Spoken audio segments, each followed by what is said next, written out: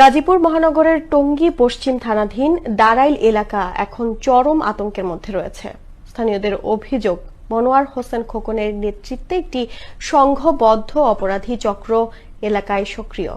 মাদক, চাঁদাবাজি, অপহরণ ও হত্যা মামলার অভিযোগ থাকা সত্ত্বেও রাজনৈতিক পরিচয়ের আড়ালে তিনি প্রভাব বিস্তার করেছেন বলেও দাবি ভুক্তভোগীদের। আর পুলিশ বলছে এ বিষয়ে অবগত নন তারা। গাজীপুর থেকে বিস্তারিত জানাচ্ছেন সহকর্মী শাকিল আহমেদ। গাজীপুর মহানগরের টঙ্গী পশ্চিম থানাধীন দারাইল এলাকা যেন এক আতঙ্কের জনপদ। স্থানীয়দের ভাষায় এই এলাকায় আতঙ্কের নাম মনোয়ার হোসেন খোকন। অভিযোগ উঠেছে, খোকনের নেতৃত্বে এখানে সক্রিয় রয়েছে একটি সংঘবদ্ধ অপরাধী চক্র।